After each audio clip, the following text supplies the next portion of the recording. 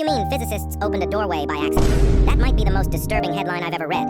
A research group working near Large Hadron Collider wasn't trying to summon anything. They were testing a new way to detect dark matter, mapping fluctuations in empty space, searching for tiny distortions that might reveal hidden particles.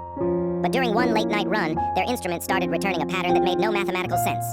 The signal wasn't random. It pulsed, rhythmic, intentional. At first, they thought it was interference, faulty wiring, a software glitch. Then the temperature in the lab dropped. Not gradually, instantly. Frost formed along the metal casings of the monitors. One researcher described it as the air forgetting how to be warm. And then the speakers activated. It wasn't noise, it wasn't feedback, it was breathing. Slow, overlapping, like a crowd pressed against glass. They rerouted the data into a visualization program, just to see what kind of waveform could produce a sound like that. The screen flickered. The image resolved into a room. Their room. But wrong. The lights were dimmer, the walls were cracked and sagging, equipment lay overturned, and standing behind each of them was something else.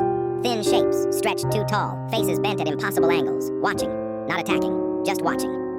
The live feed camera in the lab showed nothing unusual, but the anomaly display showed the same figures, mirroring every movement the scientists made, half a second out of sync. That's when the lead physicist noticed something that made him shut the system down immediately. The signal strength wasn't increasing with distance from Earth. It was strongest at 0 meters. Whatever they were detecting wasn't out there in space. It was overlapping, like two radio stations broadcasting on almost the same frequency, close enough to interfere, close enough to bleed through.